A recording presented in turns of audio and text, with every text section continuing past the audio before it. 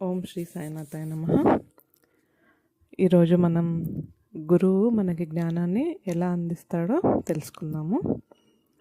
Syllabus అయిపోయాక ఉపాధ్యాయుడు పరీక్షలు పెట్టడం సహజం. గీతా జ్ఞానం మొత్తం విన్నాక అర్జునుడు ఒంటరిగానే యుద్ధం చేయాల్సి వచ్చింది. కాబట్టి జీవితము అంతే. జీవితంలో గురువు జ్ఞానం చెప్పి వెళ్తాడు. ఆ తర్వాత జీవితాన్ని ఎదుర్కోవాల్సింది ఎవరికి వారే.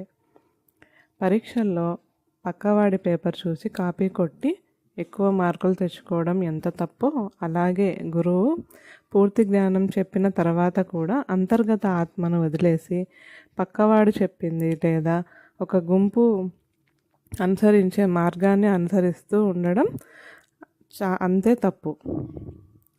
సబ్జెక్ట్ అర్థం కాకపోయినా కాపీ కొట్టి పాస్ అయినా వాడికి విషయం తెలియదు.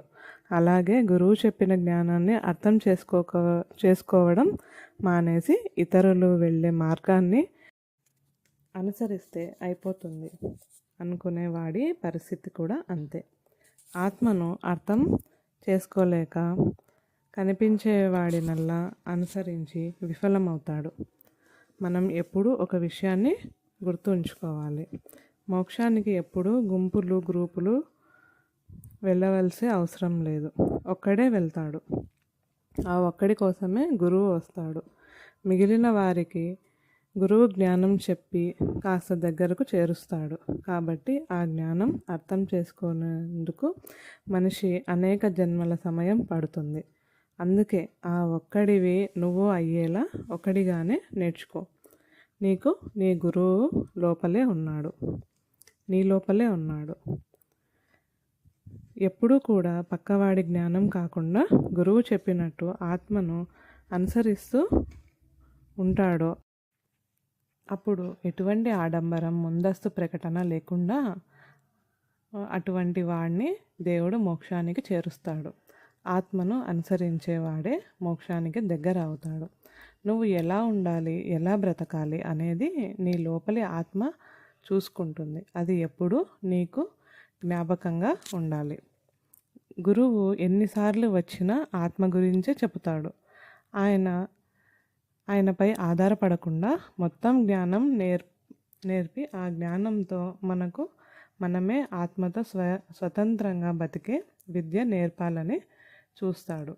అది తెలిసినవాడు ఆయనకు ఉన్నప్పుడు, ఆ తరువాత లేనప్పుడు కూడా ఎలా ఉండాలో అవగాహన చేసుకొని జీవిస్తాడు. పక్కవాడు ఎలా వెళ్తే అలానే అని కాకుండా నీలోని ఆత్మ ఏం చెప్తుందో నీవు లోపలికి చూడు. నీకు నువ్వే అంతర్గత మార్గం కనుక్కునేలా. పక్కవాడి మార్గం సరైనది భావించడం ఒక పెద్ద అజ్ఞానం. జ్ఞానం మనల్ని స్వతంత్రుని చేస్తుంది. స్వతంత్రం అంటే దాని అర్థం మన ఇష్టానుసారం బ్రతకడం కాదు. జ్ఞానంలో స్వతంత్రం అంటే వేరొకరు చెప్పకనే నీకు నీవుగా ఏది ధర్మం ఏది అధర్మం అని తేడా తెలుసుకునే స్థాయికి రావడం. ఎలా ఉండాలనేది, ఎవరిని అనుసరించాలి అనేది కాకుండా నీకు నువ్వుగా తెలుసుకోగలగడం. ఆ స్థాయికి చేరాలనే గురువు ప్రతి యుగాన జ్ఞానాన్ని చెప్తున్నాడు. ఆ స్థాయికి వచ్చి అంతటి జ్ఞానం నీకు రావాలంటే నీ లోపలి ఆత్మ ద్వారానే జరగాలి. అందుకే ఆత్మను గుర్తించుకొని ఉన్న కర్మలు చేస్తూ ఉండు. ధర్మాన్ని ఆచరిస్తూ జన్మలు లేకుండా చేసుకొని పరమాత్మను చేరే మార్గాన్ని పైన ధ్యాస ఉంచుకొని మెలగాలి. ఇది నీకు చెప్పేందుకే గురువు వస్తాడు. కానీ గుంపుల్లో ఒకడిగా బతకమని చెప్పాడు ఏ గురువు కూడా. గుంపులు గందరగోళ అభిప్రాయాల నుంచి పక్కకు జరిగి ఏకాంతంగానైనా ఆత్మను స్మరిస్తూను పరమాత్మ మార్గాన్ని అన్వేషించు. ఎప్పటికైనా వెళ్ళేది ఒక్కడివే కాబట్టి ఇతరులు చెప్పేది ఫాలో అయ్యేది విడిచిపెట్టి ఒక్కడివై ఆలోచించు, అన్వేషించు. అప్పుడే నీకు సంతృప్తిగా ఉంటుంది. ఓం శ్రీ సాయినాథాయ నమః. నమస్కారం. మీకు నేను చెప్పిన స్టోరీ నచ్చింది అనిపిస్తే లైక్ చేయండి, కామెంట్ చేయండి, సబ్స్క్రైబ్ చేయండి. ధన్యవాదాలు.